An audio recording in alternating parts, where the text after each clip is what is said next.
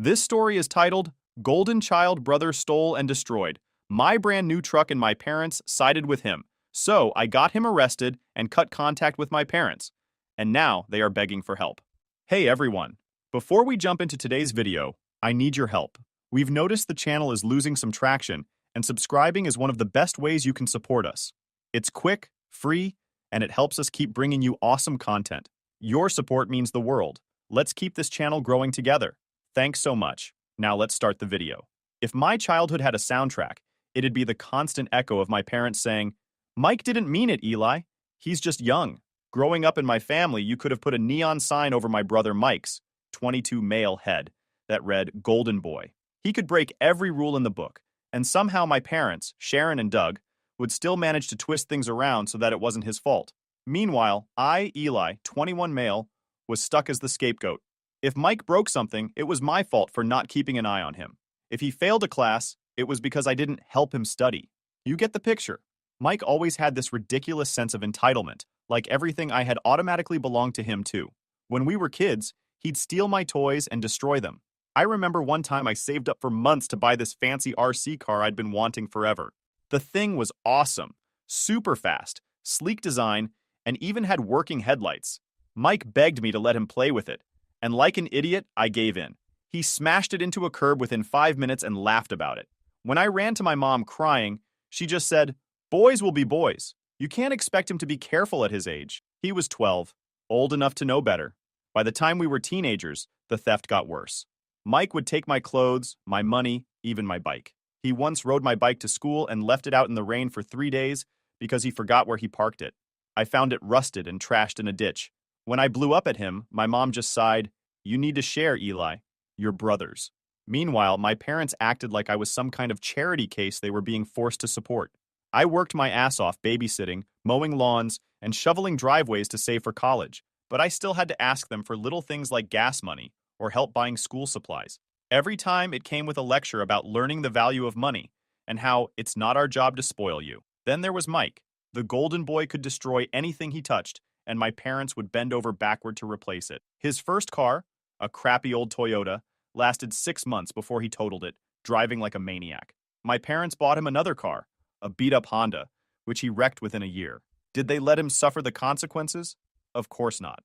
They just found him another junk car, saying, "He's young, he'll learn." I didn't even get a chance to learn. By the time I turned 18, I'd had enough. After one particularly bad fight, where Mike managed to break my laptop by borrowing it, and then blamed me for leaving it somewhere he could grab it, I decided to leave. I called my Uncle Frank, my mom's older brother, who'd always been the only sane adult in my life. Uncle Frank is a retired cop, no nonsense but fair, and he agreed to let me move in with him. He even gave me his old truck, a Ford F-150 that had been with him for years. The F-150 wasn't flashy, but it was solid, a workhorse. It had a few dents and scratches from Frank's years on the job, but I didn't care. It was mine, and it was the first thing in my life I didn't have to share with Mike. That truck became my pride and joy.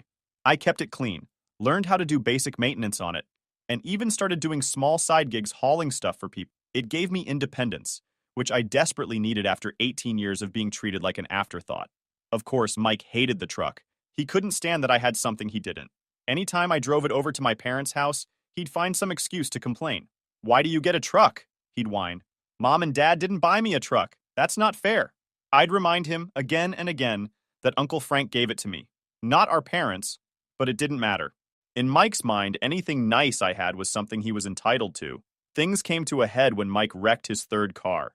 He was driving like an idiot, as usual, and smashed it into a street pole. He showed up at my parents' house the next day, acting like the world had ended. "What am I supposed to do now?" he complained. "I need a car to get to work."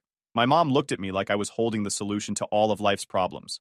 "Eli, why don't you let your brother borrow your truck? He really needs it." I didn't even hesitate. "No." Mike's jaw practically hit the floor. "What do you mean, no? You don't even use it all the time." "It's my truck," I said, "and I'm not letting you wreck it like you wrecked your other cars." Cue the guilt trips. My mom started in with, "Eli, he's your brother. Family helps family." My dad chimed in, "You're being selfish. You can take the bus for a few days." But I wasn't budging. That truck was my livelihood. I used it to get to work, to run errands, and for my side gigs. Letting Mike drive it would be like handing him the keys to my life and watching him smash it into a wall. I refused. Mike sulked for days, and my parents gave me the cold shoulder, acting like I'd just committed a federal crime by saying no. Honestly, I was starting to feel guilty, even though I knew I was right. That's what they were good at, making me feel like the bad guy even when I was the only one being reasonable. I thought that was the end of it. I should have known better.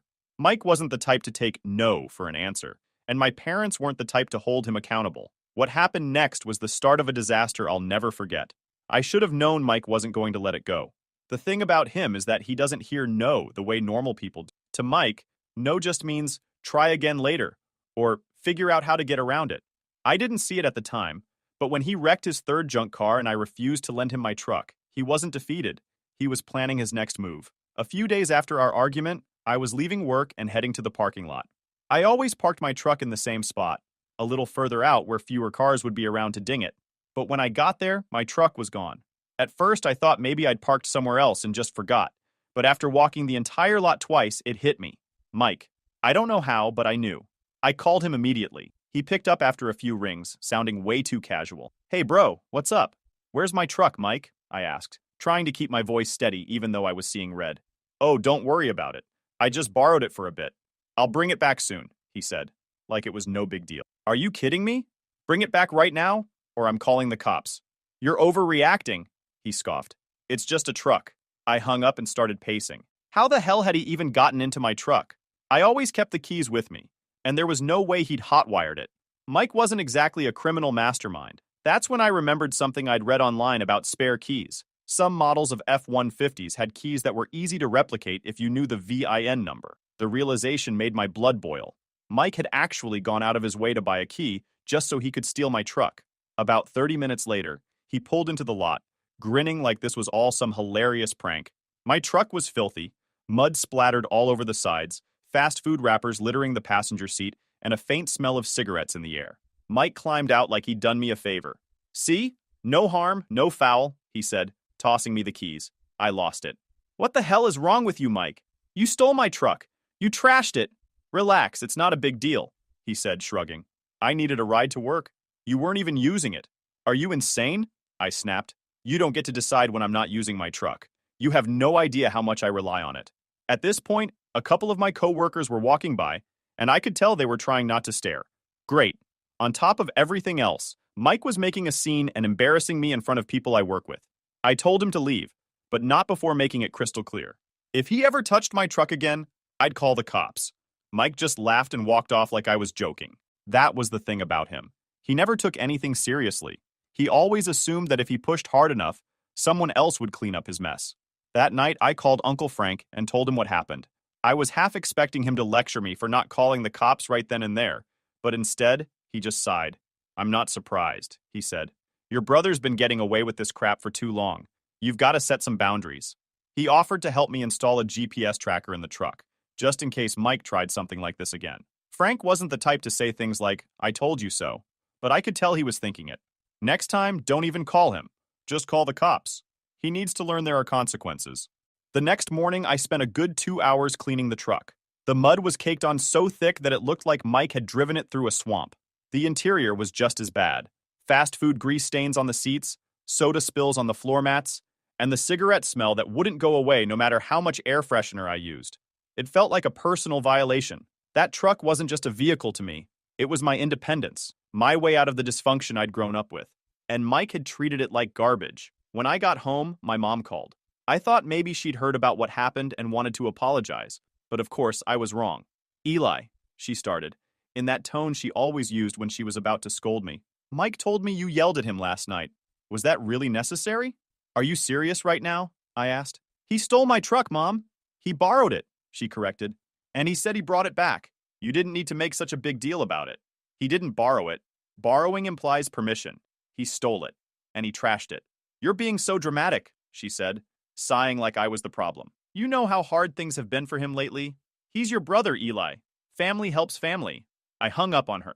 I couldn't deal with the mental gymnastics anymore. No matter what Mike did, they always found a way to justify it. And no matter how much I stood up for myself, they always made me feel like I was the bad guy. For a few weeks, things were quiet. Mike avoided me, probably because he didn't want to deal with another argument, and my parents gave me the silent treatment, Part of me thought maybe they'd finally realized I wasn't going to roll over anymore. But the truth was, they were just waiting for the next opportunity to put Mike's problems on my shoulders. Uncle Frank's advice was starting to make more sense. If Mike ever pulled something like this again, I wasn't going to argue or negotiate. I'd call the cops and let him deal with the fallout. What I didn't realize was that the next time Mike took my truck, things would escalate far beyond what I could have imagined. By the time Christmas rolled around, things between me, Mike, and the rest of the family were still tense. After the whole stolen truck fiasco, Mike had been avoiding me, and my parents were giving me their usual cold shoulder. But it was Christmas, and like every year, I still showed up to the family gathering. I wasn't there for them. I came for my cousins, my Uncle Frank, and the food. The day started off fine enough, but it didn't take long for the cracks to show. As soon as I walked through the door, my mom gave me one of her passive-aggressive greetings. "Oh, Eli, you made it. I wasn't sure you'd show up after all the drama this month," she said, loud enough for everyone in the living room to hear. I ignored her, dumped my coat on the nearest chair, and headed straight for the kitchen. Frank was already there, sipping coffee and chatting with Aunt Linda. "Merry Christmas, kid," he said, giving me a firm pat on the back. He must have seen the irritation on my face because he leaned in and muttered, "Let it roll off. Don't let her get to you." The day dragged on with the usual holiday chaos. Kids running around, aunts and uncles arguing over politics, and my mom sneaking in little digs whenever she thought no one was listening. "Eli's gotten so protective of that truck," she said to one of my cousins. "It's like he thinks it's made of gold." I clenched my jaw but stayed quiet. No point in starting a fight over Christmas dinner. Mike, on the other hand, was acting unusually quiet. He stayed glued to his phone most of the day, barely making eye contact with anyone. It felt off, but I figured he was sulking because I'd shut him down so hard last time we spoke. I didn't care. I was happy to have him stay out of my way. As the evening wore on, I noticed something odd. My truck keys, which I always kept clipped to my belt loop, were missing. At first, I thought maybe I'd dropped them somewhere, so I started retracing my steps. I checked the kitchen, the living room, even the bathroom, but they were nowhere to be found. That's when the dread started creeping in. I stepped outside, and sure enough, my truck wasn't parked in the driveway where I'd left it. I felt my stomach drop. Pulling out my phone, I opened the GPS tracker app. The little dot that represented my truck was already a few miles away, moving fast. I stormed back inside and called Mike. "Where's my truck, Mike?" I demanded. He didn't even try to deny it. "Relax, bro. I'm just picking up a friend. I'll bring it back in, like, an hour." "You stole my truck again?" My voice was loud enough to make everyone in the room stop what they were doing. "It's not stealing if we're family," Mike said, shrugging. "Don't be so uptight. It's Christmas." Before I could respond, Frank walked in, immediately sensing the tension. "What's going on?" he asked. "Mike took my truck, again," I said, practically shouting. Frank's jaw tightened, but before he could say anything, my mom swooped in. "Oh, come on, Eli, it's Christmas. Can't you just let it go for one day?" "No, I can't let it go," I snapped. "It's not his truck, and he has no right to take it." Frank gave me a nod and pulled me aside. "Check the tracker. Let's see where he's headed." I opened the app, and that's when I noticed something terrifying. The truck's dot had stopped moving, and it was in the middle of a highway exit ramp. I immediately called Mike, but he didn't pick up. The third time I tried, he finally answered. "What now?" he said, sounding annoyed. "Where are you? The tracker says you're on the highway."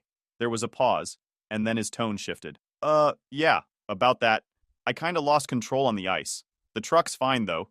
It's just stuck in a ditch." "You what?" I yelled, making no effort to hide my fury. Everyone in the room was staring now. Mike mumbled something about the roads being bad and hung up. I threw on my coat, grabbed Frank, and headed for the door. "We're going to get my truck," I said, ignoring my mom's half-hearted, "Be nice to your brother." When we got to the scene, my truck was nose-deep in a snowbank. The front bumper was crumpled, the left headlight shattered, and the grille was bent beyond recognition. Mike was standing by the side of the road, his arms crossed like this whole thing was somehow my fault. "It's not that bad," he said as I stepped out of the car. "It's just cosmetic." "You wrecked my truck," I said, through gritted teeth. "What the hell were you thinking?" "The roads are icy," he shot back. "It's not my fault." At that moment, a police cruiser pulled up behind us, lights flashing. I wasn't surprised. Someone probably called it in. The officer stepped out, looked at the truck, then at Mike. "What happened here?" he asked. Before Mike could say a word, my mom and dad pulled up in their van, rushing over like they were here to save the day. "Officer, this is all a misunderstanding," my mom started. "Eli was driving and—" "Don't even start," I cut her off. "Mike stole my truck. I have the GPS logs to prove it. The officer raised an eyebrow and turned to Mike. Is that true? Mike stammered, but Frank jumped in. He's been drinking too. You might want to check. Sure enough, they gave Mike a breathalyzer, and he failed. He was cuffed on the spot for driving under the influence and driving on a suspended license. My mom started wailing, begging the officer to be reasonable, but Frank shut her down. Enough, Sharon. Let him face the consequences for once. I stayed silent as they loaded Mike into the cruiser. My truck was pulled out of the ditch, but the damage was done. As we drove back to the house, Frank glanced over at me. Next time, don't wait for him to screw up. Call the cops the moment he pulls this crap. He was right, but this was just the beginning. Mike wasn't done causing chaos, and I was far from done dealing with it. The ride back to the house after Mike's arrest was dead silent. My parents sat in the front of their van, probably stewing over how unfair it was that Mike got arrested. Frank and I were in the back seat, and he looked as calm as ever. That's one thing about Frank. Nothing rattles him. But me?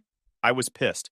Not just at Mike, but at my parents for enabling him for so long. They hadn't said a word to me, but I knew what was coming. The moment we walked through the front door, my mom spun around, her face red with anger. How could you let this happen to your brother? She hissed. I stared at her in disbelief. Let this happen?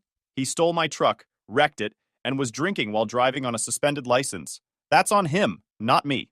He's your brother, she snapped. You should have handled this privately, not dragged the cops into it. Frank stepped in before I could explode. Sharon, your son broke the law. Multiple laws. This isn't something you can sweep under the rug. Don't talk to me like I don't know how to handle my own children, Frank, she shot back. You've always played favorites with Eli, making Mike look like the bad guy. Frank laughed dryly. Mike doesn't need help looking like the bad guy. He does that just fine on his own. Before she could respond, my dad chimed in. Look, let's all calm down. Mike made a mistake, but we're family. We need to stick together.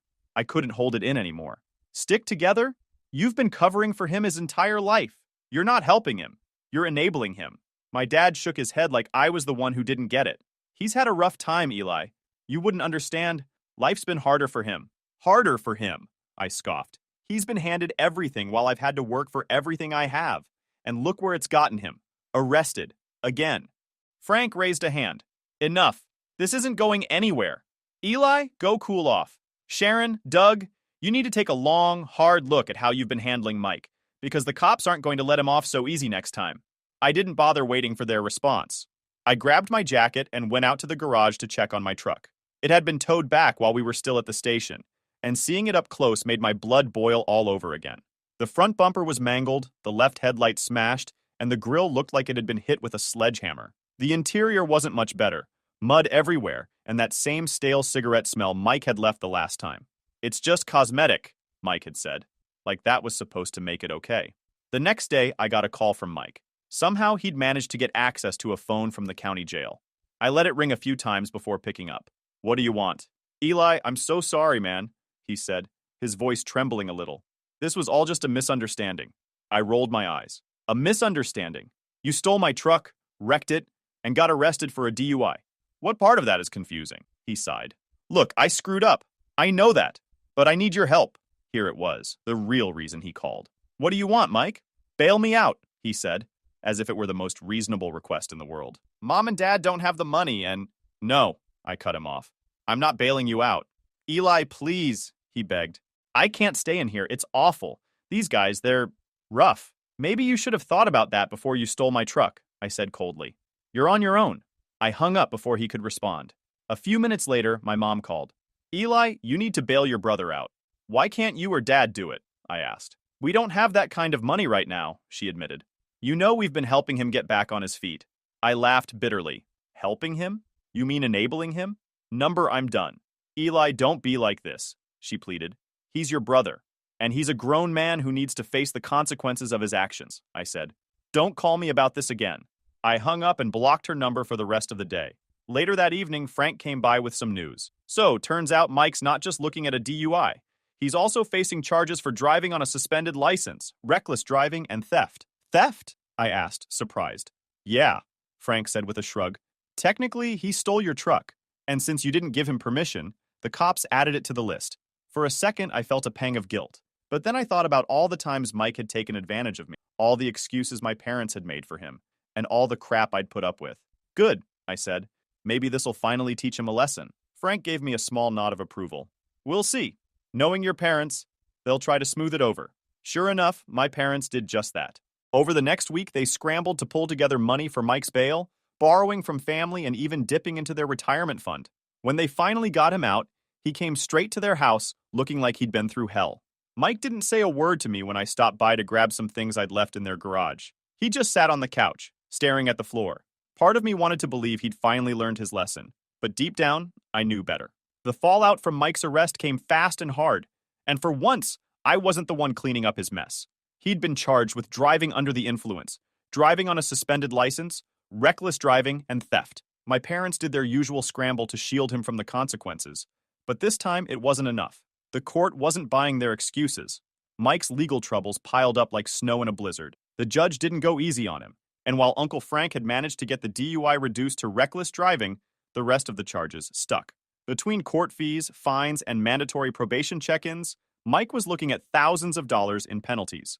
The financial side of things hit Mike harder than the legal consequences. Now, with his license suspended and no real way to pay off his debts, the cracks in his entitled facade started to show. At first, Mike tried to lean on my parents to foot the bill for everything, like he always did, but even their resources were running dry. They'd already spent most of their savings bailing him out, and when he hit them up for cash to cover his probation fees, they finally put their foot down, sort of. "Mike, we can't keep doing this," my mom said one evening, when I stopped by to pick up some of my tools. She was sitting at the kitchen table with a stack of bills in front of her, looking more stressed than I'd ever seen her. "We've already borrowed from your Aunt Linda just to keep up with your court costs." Mike, sitting across from her with his arms crossed, looked annoyed. "So what am I supposed to do? I can't work without a car, and I can't pay the fines if I'm not working." "Well," my dad chimed in, trying to be the voice of reason, "maybe it's time to sell some of your things." The look on Mike's face was priceless. You'd think they just asked him to sell a kidney. "Seriously? You want me to sell my stuff because of one little mistake?" "It wasn't one mistake, Mike," I cut in from the doorway. "It was a series of bad decisions that got you here. Maybe it's time you face the consequences." He glared at me but didn't say anything. It was clear he didn't have a leg to stand on. Over the next few weeks, Mike's financial situation got worse. With no income and no car, he was forced to take a part-time job at a local pizza place as a delivery driver. The irony wasn't lost on me. Mike, the self-proclaimed golden boy, reduced to delivering pizzas on foot and borrowing my parents' ancient minivan when absolutely necessary. He hated every second of it. One time, when I was visiting Uncle Frank, Mike showed up to drop off a pizza order. The look on his face when he saw us was worth every headache he'd ever caused me. Frank gave him a little wave and said, "Good to see you working, Mike. Keep it up." Mike mumbled something under his breath and practically sprinted back to the minivan. I couldn't help but laugh. For the first time in his life, Mike was being humbled, and I was here for it. Despite everything, my parents couldn't fully let go of their golden boy. They continued to make excuses for him, even as they struggled to cover their own bills, thanks to all the money they'd thrown at his legal troubles. "Your brother's trying his best," my mom said one day when she called me, clearly fishing for sympathy. "You don't understand how hard this has been for him." "Hard for him?" I said, incredulous. "It's been hard for you because you keep cleaning up his messes. Maybe if you let him deal with this on his own, he'd finally learn something." "You don't know what it's like to have a child in trouble," she shot back. "You'd do the same thing if you were a parent." "No," I said firmly. "I wouldn't, because I'd raise my kid to take responsibility for their action. Something you've never done with Mike." That shut her up, at least for a moment. But I knew it wouldn't last. My parents were too deep in their enabling ways to change now. One evening, Mike showed up at my place unannounced. I opened the door to find him standing there, looking sheepish. "Can we talk?" he asked. I crossed my arms. "What do you want, Mike?" "I just wanted to say I'm sorry," he said, his voice unusually quiet. "For everything. Taking your truck, wrecking it, getting you caught up in my mess." For a moment, I almost believed him, but then he added, "So, I was wondering if you'd be willing to lend me some money, just to get me back on my feet." I laughed bitterly. "Are you serious? After everything you've put me through, you think I'm just going to hand you money?" "It's not like that," he said quickly. "I'd pay you back, like you paid Mom and Dad back for all the money they've spent on you," I shot back. "Mike, the answer is no, and don't bother asking again." His expression darkened. "You don't have to be such a jerk about it. Maybe if you'd learned how to take care of yourself years ago, you wouldn't be in this mess," I said. "This is your problem, Mike. Figure it out." He stormed off, muttering under his breath, and I slammed the door behind him. I was done. Done with Mike, done with my parents, and done with being dragged into their chaos. As Mike continued to struggle with his financial and legal troubles, I started to feel something I hadn't felt in years: peace. For once, I wasn't the one cleaning up his mess. I wasn't the one being blamed for his failures. He was finally being forced to face the consequences of his actions, and it felt good. Karma has a funny way of catching up to people, and it looks like Mike's finally getting his share.